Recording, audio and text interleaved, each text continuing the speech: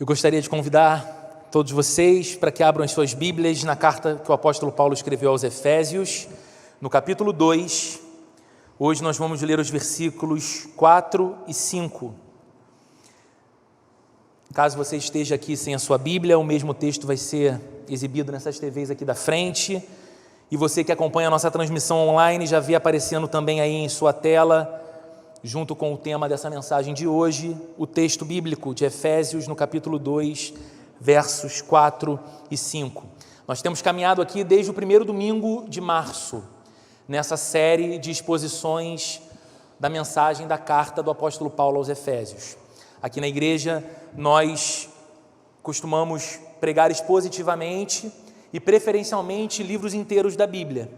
E nós estamos vivendo essa experiência com a carta do apóstolo Paulo aos Efésios. Então, se você está aqui pela primeira vez ou se você começa a acompanhar por agora essa série, saiba que todas as mensagens anteriores, desde o versículo 1 do capítulo 1 dessa carta, você encontra nos canais de streaming, seja Apple Music, Google Podcast, Deezer, Spotify, isso para áudio, e no canal da Igreja Plena Rio no YouTube você encontra todas as mensagens anteriores também disponíveis para que você possa assistir ou ouvir, como eu sempre falo, em tempos de séries, e todo mundo gosta, né? Amazon Prime, Netflix e outros, você pode maratonar Efésios junto com a gente, assistindo ou tendo acesso às mensagens anteriores.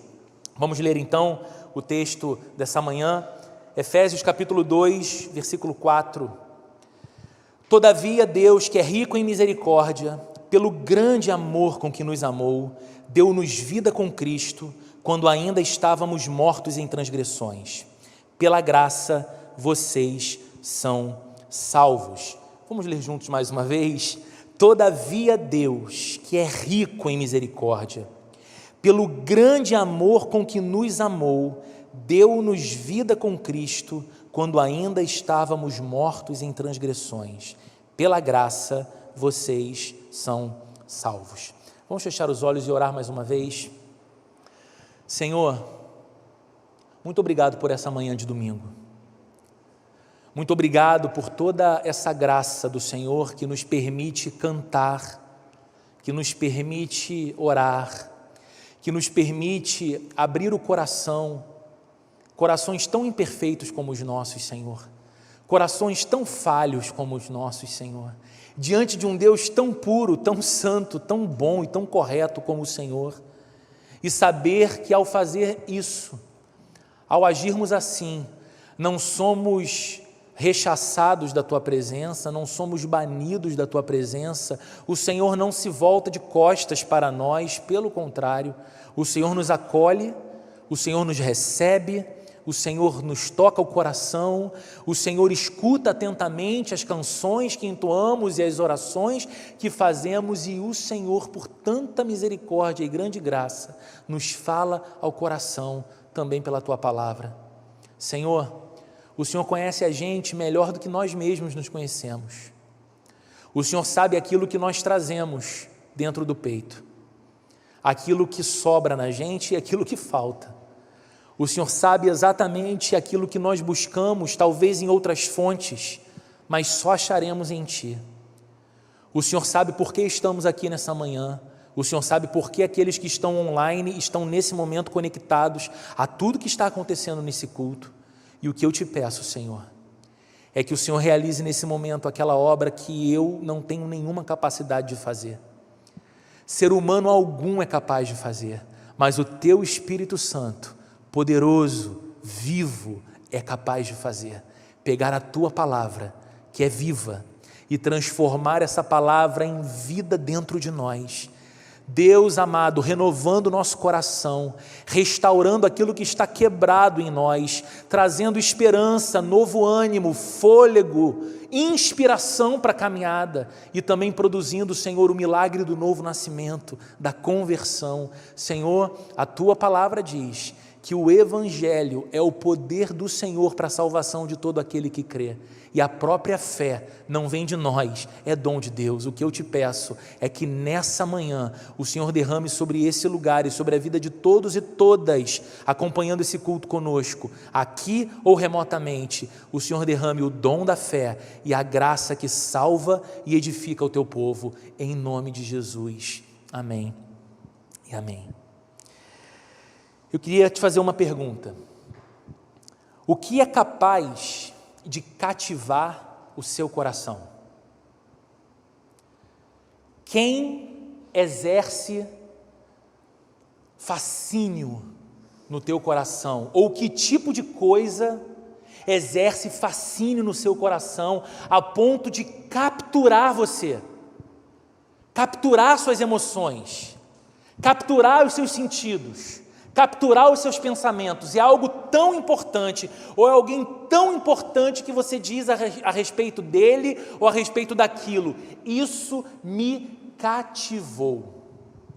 A palavra cativar tem a mesma origem da palavra cativeiro. E ela fala mais ou menos da mesma coisa, fala daquilo que nos prende. Só que quando a gente pensa em cativeiro, a gente pensa em algo ruim, não é? Que você foi colocado contra a sua vontade num cativeiro, algo que te humilha, algo que te diminui, algo que te impõe medo. Mas quando algo cativa a gente, é como se o nosso coração fosse voluntariamente colocado nesse cativeiro bom, de bons sentimentos, de amor, de afeto. Tem um trecho num livro que eu amo, e é um clássico, um monte de crianças, adolescentes e alguns adultos já leram, que é O Pequeno Príncipe. Não sei quem aqui já teve a oportunidade de ler. E tem um trecho nesse livro, lá no capítulo 21, que nos ajuda a entender a dinâmica do que é ser cativado. É um diálogo entre o menino, o personagem principal do livro, e a raposa. E o menino chama a raposa para brincar com ele. Não sei se você lembra dessa passagem. Ele vai lá e chama a raposa para brincar com ele, mas a raposa diz que não pode aceitar o convite do menino, porque ainda não foi cativada. E o menino pergunta: mas o que é cativar?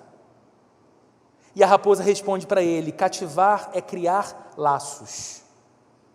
E num determinado momento, ela diz o seguinte, eu peço a sua permissão para ler uma pequena passagem. Ela diz assim para o menino: tu não és ainda para mim senão um garoto igual a 100.000 outros garotos, e eu não tenho necessidade de ti, e tu também não tens necessidade de mim, pois não passo aos teus olhos de uma raposa igual a 100.000 outras raposas.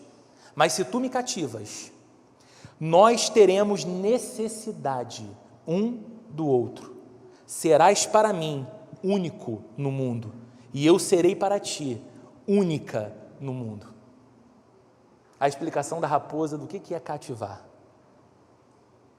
é quando alguém se torna único no mundo todo. E eu queria te perguntar: por que você é um cristão? Caso se considere um cristão, por que você é cristão? Você foi cativado por Jesus? Você foi cativada por Jesus Cristo? Vivendo numa cultura tão narcisista como a nossa, onde cada vez mais somos apaixonados pela nossa própria imagem, valorizamos a nossa própria imagem, projetamos a nossa própria imagem, algo mais encantador do que o reflexo que você vê no seu espelho, cativou você? Olhando para Jesus, conhecendo a Jesus, a imagem dele, a vida dele cativou você? Por que eu falo isso na introdução dessa mensagem nessa manhã? Porque eu vejo com uma dose significativa de preocupação uma crescente apatia possível de ser identificada em alguns cristãos. Muitas vezes é o nosso próprio coração que parece ter perdido o encanto com Deus. Sabe aquele encanto quase que infantil? Da criança que você diz, é a hora de ir para a salinha, e ela levanta da cadeira e vai correndo, ela não tem protocolo. Ela quer correr para a salinha, porque finalmente ela vai poder ficar com os amigos e as amigas, ouvindo alguém cantando ou falando uma história a respeito de Jesus para elas, numa linguagem que faça todo sentido para elas, e é o momento mais especial do domingo, é quando elas sobem para elas. Muitas vezes parece que o nosso coração perdeu esse encanto com Deus, essa ansiedade boa por estar na sua presença, essa expectativa de ser renovado com um vislumbre da glória dEle. Parece que o tempo passa e nós vamos nos entregando a uma certa apatia, porque nós nos acostumamos. Deus já faz sentido, Jesus já faz sentido, a igreja já é um fenômeno muito natural para a gente, e isso não tem o poder de empolgar a gente, de levantar a gente da cama mais animados, de moldar a nossa semana, fazendo-nos olhar para o domingo e falar: aquele dia é o dia mais importante, não porque é o dia em que eu descanso, ou porque o meu time joga, ou porque eu vou para a praia, mas como diziam os nossos antigos irmãos e irmãs, porque é o dia do Senhor. Ah, Roberto, espera, todo dia é dia do Senhor, não é verdade? Sim, mas a própria Bíblia nos orienta a dedicar um dia em que o nosso coração evite qualquer outra prioridade, trabalho, lazer, que não seja o encontro e a comunhão com o Senhor. Parece que nós paramos de olhar para aquilo que de fato nos cativou o coração quando encontramos Jesus. Parece que nós paramos de olhar para aquilo que cativou o nosso coração e despertou o nosso desejo por conhecer mais a Deus, refletir a vida de Jesus, ter comunhão com o Espírito Santo. E Roberto, o que é isso? O que é isso que teve o poder ou tem o poder de cativar o meu coração diante de Jesus? O grande amor dele. O grande amor com o qual nós fomos amados. E a gente pensa cada vez menos nisso. A gente vive numa sociedade tão carente de amor e tão empobrecida de afeto, em que as pessoas se diminuem, muitas vezes descaracterizam a sua própria personalidade e identidade em nome de uma aceitação por outros, tão sedentas de amor, tão necessitadas de amor, e nós, os cristãos, alguns, ao mesmo tempo parece que caminhamos a desvalorizar o grande amor com o qual nós fomos amados por Deus. Você não se tornou cristão apenas por concordar intelectualmente com as doutrinas bíblicas. E as doutrinas bíblicas são maravilhosas. E o lindo na fé cristã é que elas fazem, as doutrinas, sentido não apenas para o coração, mas para a mente. Como dizia um grande teólogo já falecido, John Stott, crer é também pensar. Mas você não se tornou cristão porque as doutrinas fizeram sentido intelectualmente para você apenas. Você não se tornou cristão porque se identificou com uma igreja e decidiu fazer parte dela. Chegou numa igreja cantando Cidade Negra. Você não sabe o quanto eu caminhei para chegar até aqui e falar: agora eu achei uma igreja tão bacana, tão perfeita, de pessoas tão legais, do jeito que eu gosto, com a música que eu gosto, com o estilo de culto que eu gosto. E aí você então decidiu fazer parte dela. Você não se tornou cristão por causa disso. Você não se tornou cristão porque decidiu aplicar a ética ensinada por Jesus na sua vida cotidiana. Porque você tatuou no seu coração o Sermão do Monte. Não, você não se tornou cristão por causa disso. Você só é um cristão. O que primeiro te tornou um cristão foi o fato de que você foi amado por Deus. Você foi amada por Deus. E porque você foi amado por Deus, Ele veio ao seu encontro. Porque você foi amada por Deus, Ele veio ao seu encontro. Porque você foi amado por Deus, Ele entrou no lugar em que você se encontrava, longe dEle, distante dEle, e te trouxe para perto. Porque você foi amada por Deus, Ele venceu o seu próprio pecado para te resgatar e te encontrar. Então a doutrina bíblica faz sentido para você. Então a igreja se torna um lugar maravilhoso para você. Então você quer viver a ética de Jesus Cristo, mas porque primeiro você foi amado, amada por Deus. E é isso que o apóstolo Paulo deixa claro no texto que nós lemos nessa manhã.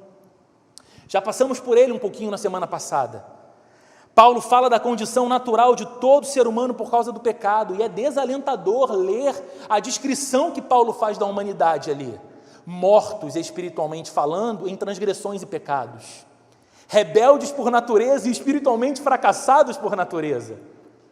É difícil deparar-nos com o fato de Paulo dizendo que antes de um encontro com Jesus, vivíamos todos nós inclinados e movidos pelas nossas próprias paixões, as nossas próprias vontades enganosas e os nossos pensamentos desviantes. Mais do que isso, vivíamos à mercê de forças espirituais do maligno, segundo o próprio apóstolo Paulo contra as quais nós não podíamos fazer absolutamente nada. E para completar a cereja do bolo da tragédia, Paulo diz que por conta da realidade do pecado, éramos, em condição natural, merecedores da ira de Deus. E aí entra no verso 4 que acabamos de ler.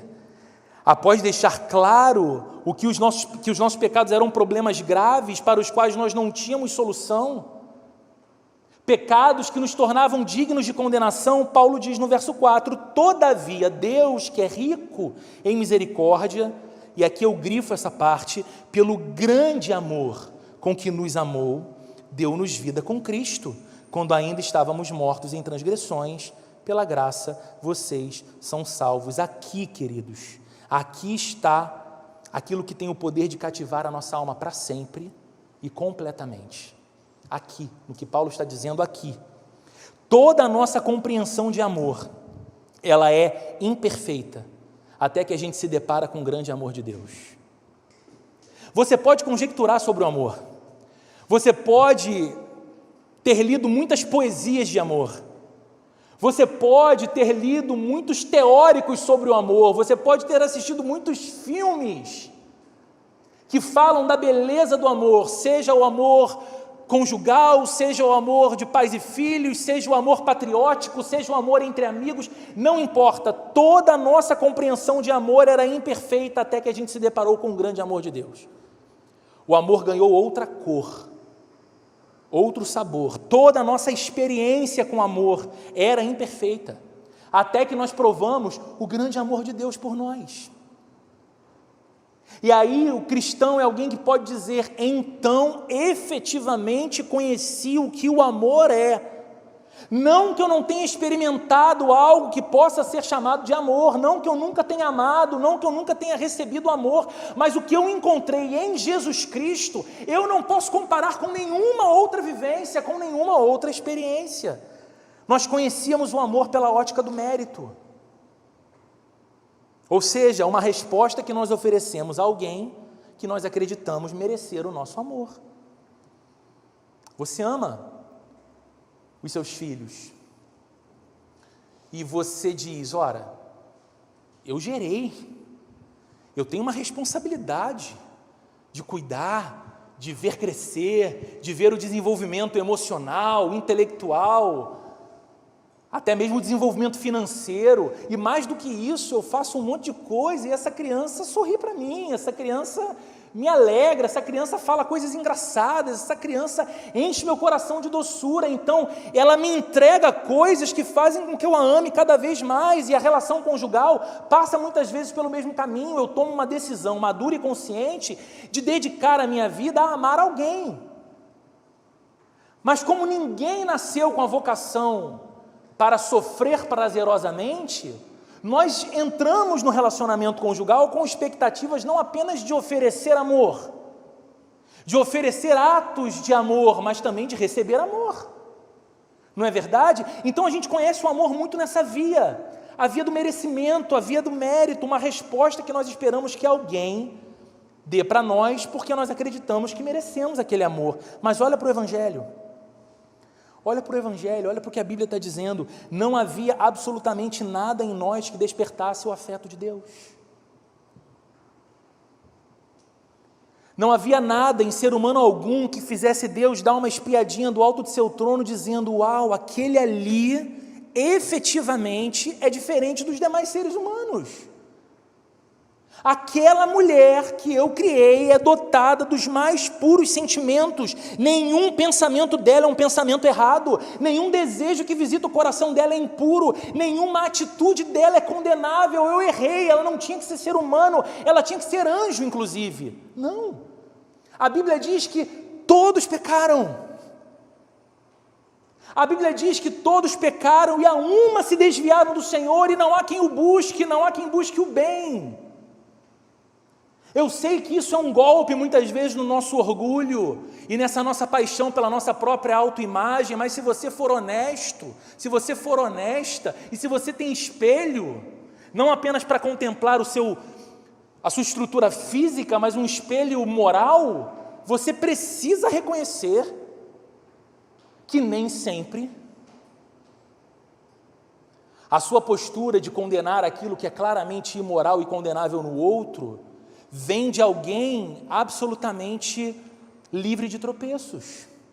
Você sabe que pensamentos te visitam, você sabe que sentimentos habitam teu coração, você sabe que coisas você já viu, que coisas você já fez e ninguém viu, mas você lembra delas.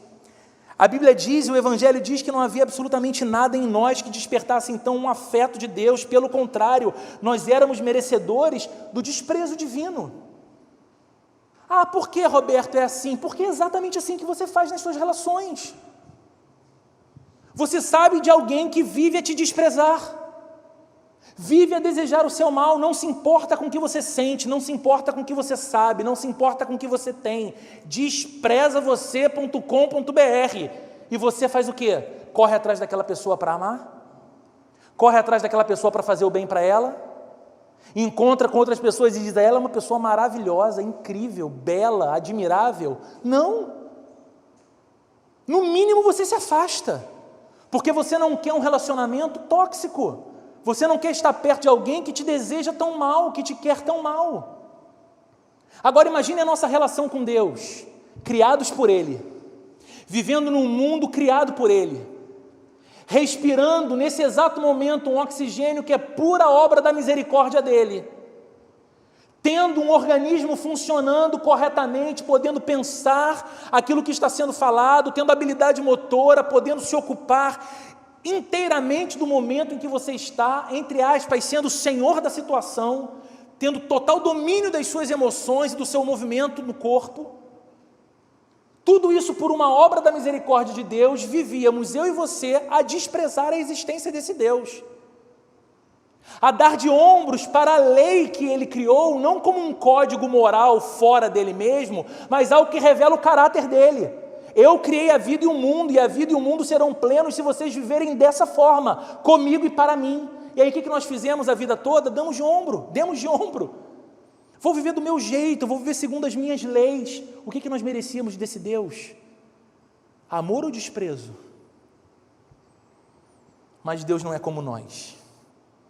Diferentemente daquilo que nós merecíamos, diz esse texto, e é o seu ponto mais forte aqui, é o primeiro ponto de destaque desse texto: Deus nos amou. Aliás, a Bíblia diz, na primeira carta que o apóstolo João escreveu, que Deus é amor. É lindo esse texto. Que o amor, em sua definição mais exata, não é uma coisa. O amor, em sua definição mais exata, não é um conceito, mas que o amor é alguém. Que a melhor definição do que o amor se encontra no ser de Deus. E que esse Deus, que é amor, manifestou o seu amor pelos pecadores. Ele manifestou o seu amor pelos pecadores através da sua graça, que você sabe que é favor imerecido, é você ser favorecido sem ter méritos para aquilo, é você receber um benefício sem ter feito nada para merecê-lo, e ele manifestou o seu amor pelos pecadores através da sua misericórdia. Aliás, o que Paulo fala nesses versos que lemos? Deus, que é rico em misericórdia, por causa do grande amor com que nos amou, deu-nos vida com Cristo. Lá no final ele diz, pela graça vocês são salvos. Graça e misericórdia, como aquilo que manifesta, as coisas que manifestam o amor de Deus por nós. E esse grande amor, esse grande amor, o que cativa o coração da gente e não carece de nenhum complemento. Ele não precisa ser completado por mais nada. Nós estávamos condenados, é o que diz a Bíblia, mas recebemos perdão. Nós estávamos escravizados numa vida longe de Deus e impossibilitados de irmos para Deus sem que Ele fosse até nós primeiro, e recebemos liberdade. Nós estávamos perdidos e fomos encontrados.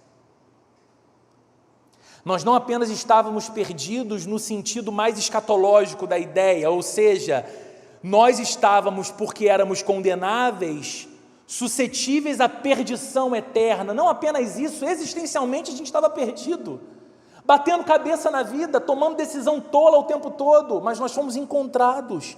A luz de Deus brilhou forte em nós. Nós estávamos quebrados, mas fomos restaurados. Nós estávamos vazios, mas fomos preenchidos. Nós estávamos mortos, mas recebemos vida.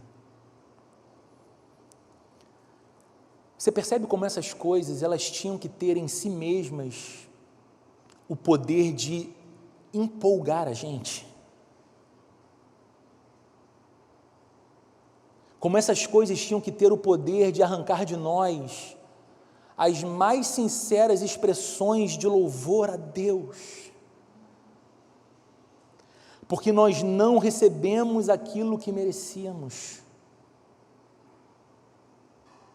Porque nós não caímos na asneira de cantar o que aquela equivocada música de alguns anos atrás ensinava muitas pessoas nas igrejas a cantarem para Deus em louvor: restitui, eu quero de volta o que é meu.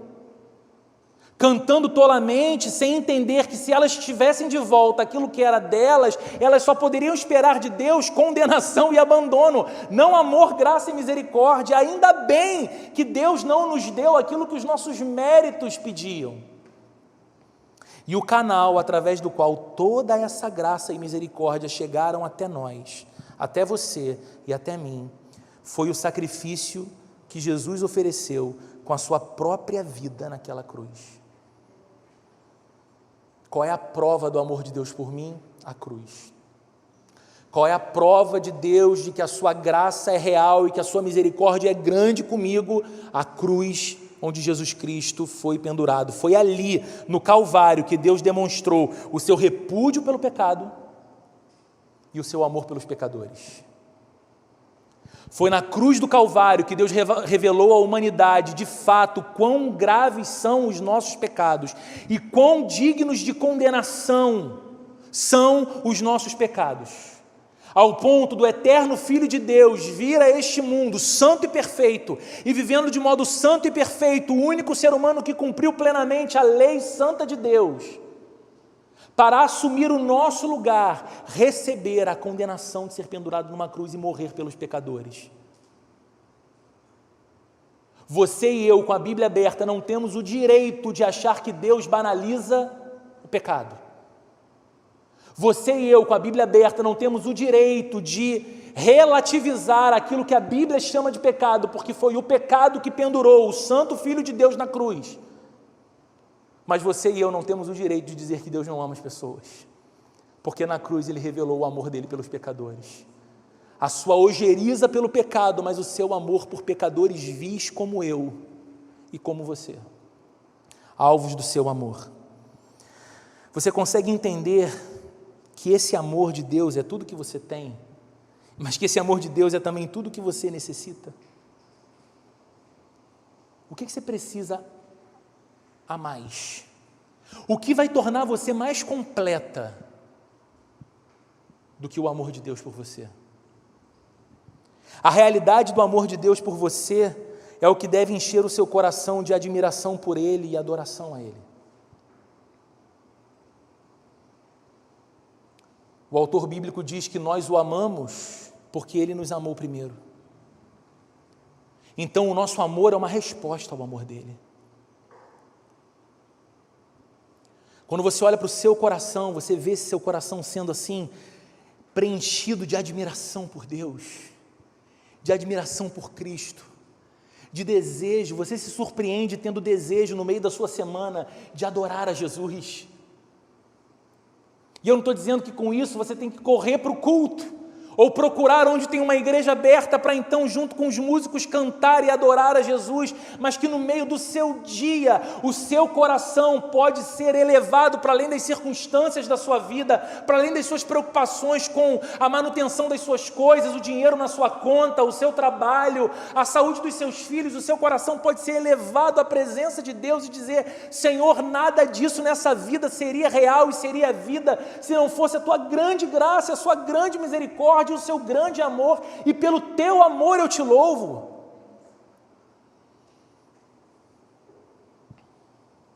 Ah, Roberto, isso é coisa de pentecostal e eu não sou pentecostal, isso é coisa de gente mais aquecida e eu sou mais tradicional. Não, isso é coisa de crente. Não estou dizendo que você tem que cantar alto e escandalizar seu vizinho. E se você não canta bem, canta lá dentro só, já está bom. Deus aceita. A questão não é o que você tem que fazer esteticamente falando, ou que tipos de trejeito você deve apresentar. Isso não tem a ver com trejeito ou com forma, isso tem a ver com o Espírito. Isso tem a ver com o interior da gente. A realidade do amor de Deus por você é o que deveria te animar nos dias difíceis, nos dias de pressão, nos dias de crises.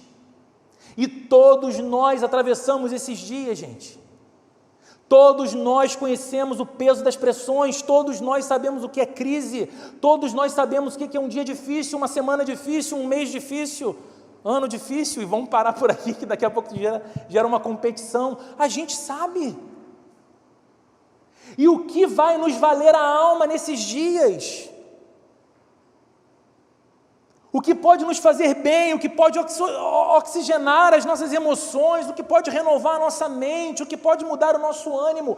Lembrar de quão amados nós somos por Deus, que esse amor é eterno, que esse amor é perene, que esse amor é forte, que esse amor permanece, que esse amor é o fundamento da nossa vida, que esse amor é maior do que a crise que a gente atravessa, maior que a pressão que a gente sofre, maior que a dificuldade que a gente enfrenta.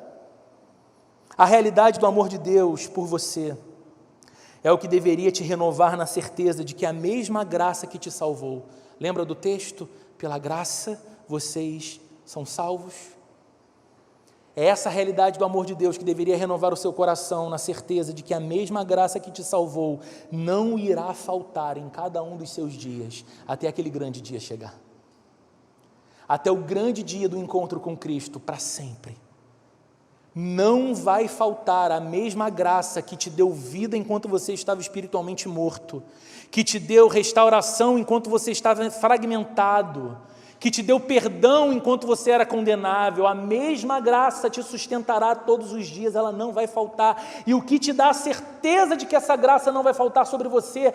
O fato imutável de que Deus te ama e a prova definitiva do amor dele por você, colocando o Filho dele para sofrer a condenação que o seu pecado merecia receber, e não o Filho dele.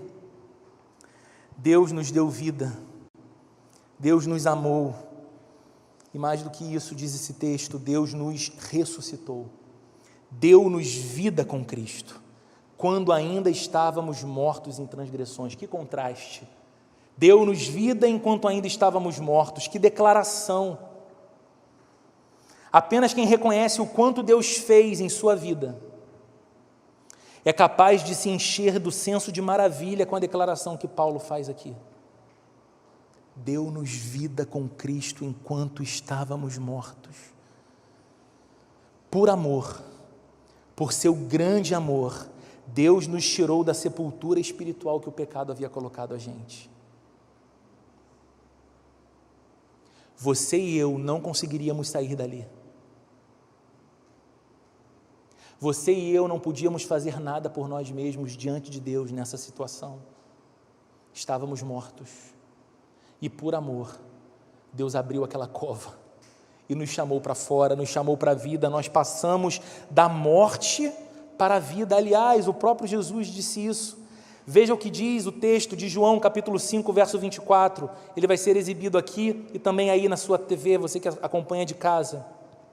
Eu lhes asseguro, disse Jesus aos seus discípulos, Quem ouve a minha palavra e crê naquele que me enviou, tem a vida eterna e não será condenado, mas já passou da morte para a vida. Quem crê nas minhas palavras, quem ouve as minhas palavras, crê no Pai que me enviou, tem a vida eterna. Não conhece a condenação que merecia receber, mas já passou da morte para a vida.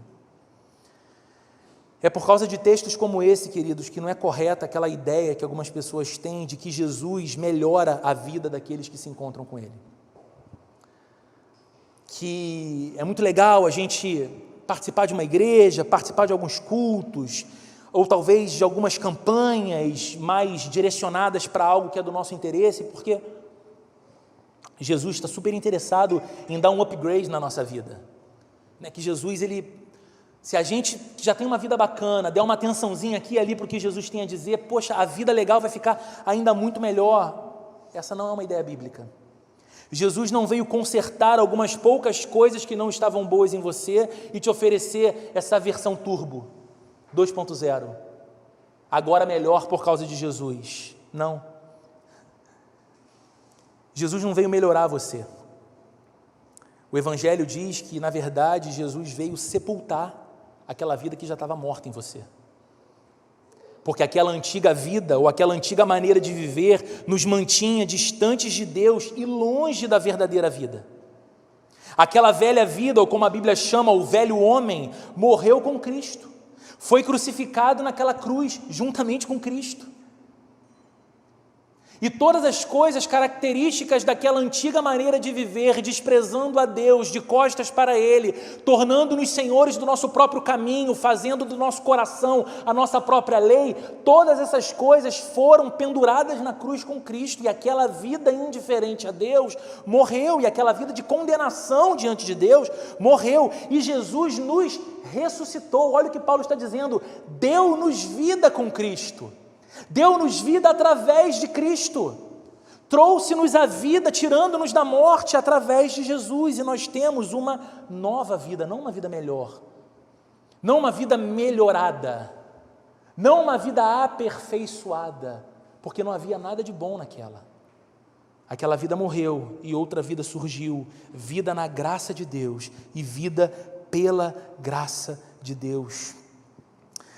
Lembra do diálogo entre o menino e a raposa? Lá no Pequeno Príncipe? Eu estou encerrando já. Enquanto não criamos laços, nós não cativamos e nem somos cativados. Foi o que a raposa ensinou para o menino. E eu te pergunto, quem é Jesus para você? Me valendo do diálogo do menino e a raposa, será que Jesus é apenas mais um Deus entre outros 100 mil deuses possíveis? Será que Jesus é apenas mais um compromisso entre outros 100 mil compromissos que você tem? Um compromisso religioso, ok, mas só um compromisso. Será que Jesus é apenas mais uma possibilidade de redenção entre outras 100 mil possibilidades de redenção que você tem? Você já tentou outros deuses, você já tentou outras religiões, você já tentou o dinheiro, você já tentou o sexo, você já tentou a bebida, você já tentou as drogas e agora você está tentando Jesus, porque você continua buscando algum tipo de redenção ou suavizar o momento da sua história, da sua vida.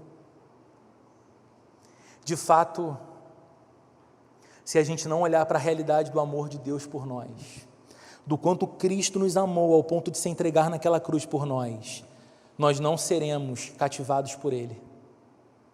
O nosso coração não vai se encher de doce afeto por Ele. A nossa vida pode até ser definida como uma vida cristã, no sentido de que a gente se autodefine assim. Importa socialmente essa definição. Estatisticamente você é contado como um cristão ou como uma cristã, mas dentro do teu peito, isso não faz nenhuma real diferença. Porque Jesus é mais alguma coisa entre outras 100 mil que disputam o seu afeto. Mas eu te convido nessa manhã a olhar para a cruz. Deixe que a cruz te lembre da sua terrível condição de vida sem Jesus, mas do que você se tornou nele.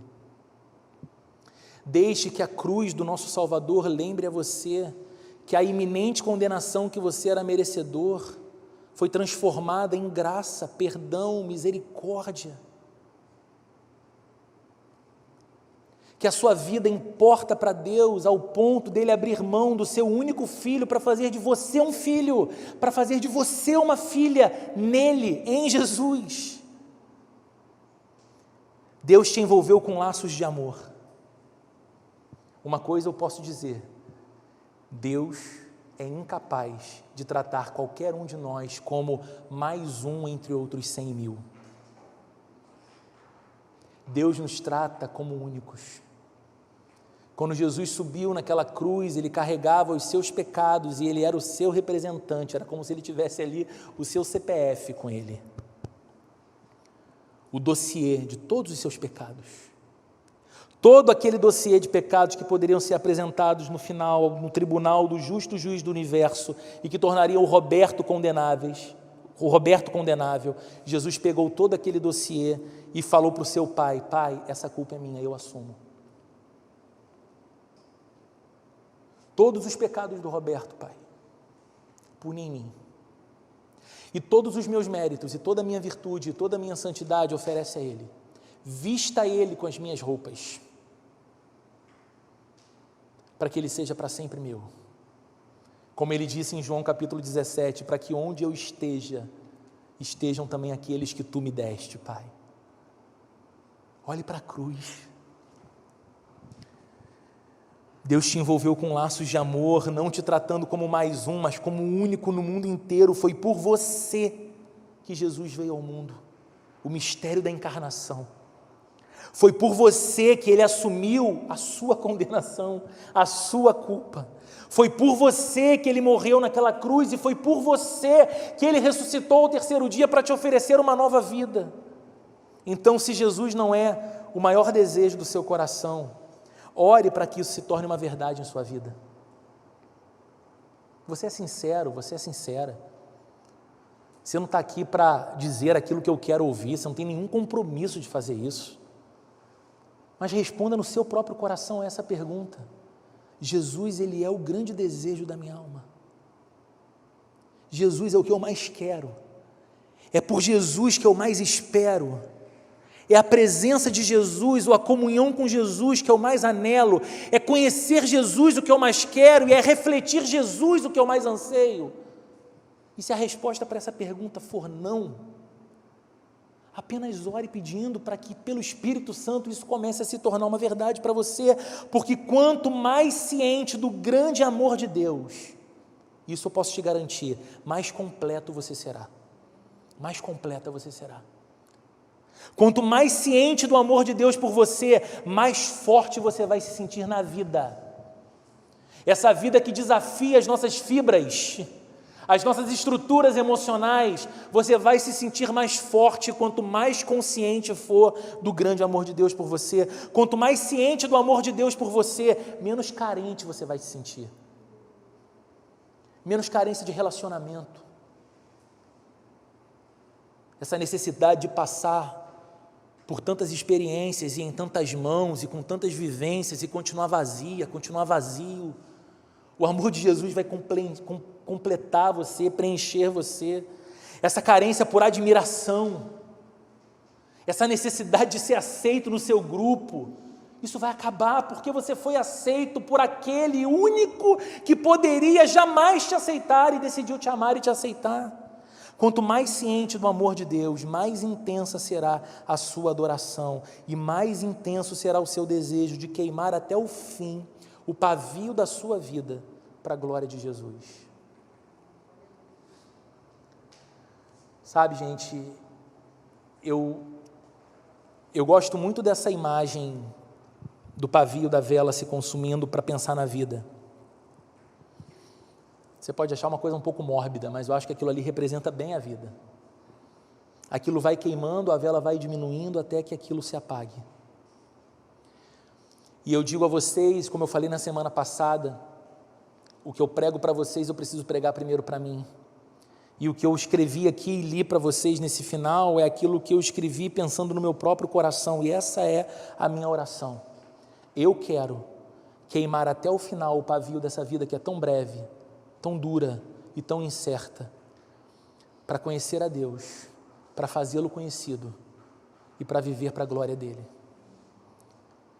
Porque nada nessa vida é mais digno do que ele, do que isso. Quanto mais nele eu estiver, mais plena a minha vida é. Quanto mais longe dele eu estou, mais perdida a minha vida fica. Então, que nessa manhã você deixe o seu coração ser renovado e, quem sabe, cativado de novo pela singularidade do amor de Deus. Amor que é por você. Amor que te chama a amar a Ele como resposta. E diante do que Ele foi capaz de fazer por você, não há nada que Ele te peça que seja pesado demais. Ele pode pedir a sua vida, Ele pode pedir o seu coração, porque Ele deu a vida dEle pela sua vida. Vamos orar? Senhor, obrigado por essa manhã de domingo. Obrigado pelo Teu amor maravilhoso. Teu amor que nos alcançou, o Teu amor que cativou o nosso coração, o Teu amor que encheu a nossa vida de alegria, de esperança, de paz. Obrigado, Senhor, porque quando encontramos a Ti, a nossa carência existencial chegou ao fim. Porque no Senhor nós encontramos aquilo que nos faz completos. E a partir do Senhor, todas as nossas outras experiências na vida se tornam mais belas, mais orientadas, mais bem aproveitadas, porque o Senhor nos ensina a sermos homens, mulheres, maridos, esposas, pais, filhos, amigos, cidadãos. O Senhor nos ensina. Porque antes de cada uma dessas coisas, somos amados de Deus por Cristo, chamados ao discipulado com Jesus e temos o desejo de seguir após o Senhor, porque algo maior do que o reflexo da nossa imagem no espelho cativou o nosso coração. Cristo pendurado numa cruz, morrendo pelos nossos pecados, derramando sangue precioso para perdão dos nossos pecados e para a nossa justificação, e ressuscitando ao terceiro dia, nos chamando a uma nova vida. Isso, Senhor, nos cativou, isso, Senhor, nos conquistou, e nós queremos te pedir, Senhor, que o Senhor nos livre da apatia, que o Senhor nos livre dessa vida pobre, vazia, diminuída, de alegrias efêmeras que arrancam as nossas emoções, que levam os nossos sentidos, que faz com que a gente gaste rios de dinheiro muitas vezes com algo tão vazio, tão pequeno, que pouco depois a gente precisa de novo em doses maiores, mas que o Senhor farte a nossa alma com a Tua presença e que o nosso coração encontre aquilo que foi falado aqui pela manhã, no início, pela Renata citando o salmista, que o nosso coração encontre as delícias perpétuas da Tua presença, Senhor, da comunhão contigo, da maravilha que é pertencer a Jesus e caminhar com Ele. Que o Senhor nos surpreenda, Senhor, no meio da nossa semana, falando ao nosso coração, envolvendo nossa alma, fazendo o nosso peito sentir esse laço de amor ainda mais apertado e nos chamando para perto do Senhor, cuidando da nossa vida, movendo a nossa história, administrando as nossas emoções, os nossos sentimentos, as nossas necessidades. Tu és o nosso Deus, Tu és o nosso Senhor. Arranca de nós, Senhor, verdadeiro amor por Ti. Faz isso porque só o Teu Espírito Santo é capaz de produzir isso, Senhor. Eu peço que o Senhor desperte o nosso coração, que o Senhor nos permita viver a experiência de um avivamento individual, pessoal, peitos aquecidos pelo Teu Espírito Santo, vidas mais devotadas à Bíblia, vidas mais voltadas para a oração, pessoas com mais desejo de conhecer a Deus e andar com Ele. Faz de nós gente assim, Senhor, que o Teu amor nos ponha de pé, que o Teu amor nos torne fortes, que esse Teu grande amor nos torne cheios de esperança, mesmo nos dias maus, e que o Teu grande amor se torne o fundamento sobre o qual a gente vive e a mensagem que a gente proclama a esse mundo. Deus se importa, Deus não nos trata como mais um entre outros 100.000, mas que o Senhor nos trata como únicos no mundo inteiro, e que nós possamos tratá-lo assim também, Senhor, como o único Deus de nossas vidas, o único Senhor e Salvador de nossas histórias, no mundo inteiro, no universo inteiro criado por Ti, em nome de Jesus. Que o amor de Deus, a graça de nosso Senhor e Salvador Jesus Cristo e a comunhão e a consolação do Espírito Santo esteja presente com a vida de cada um de nós, hoje, nesse domingo, nessa semana e para todo sempre, Jesus. Amém. Amém.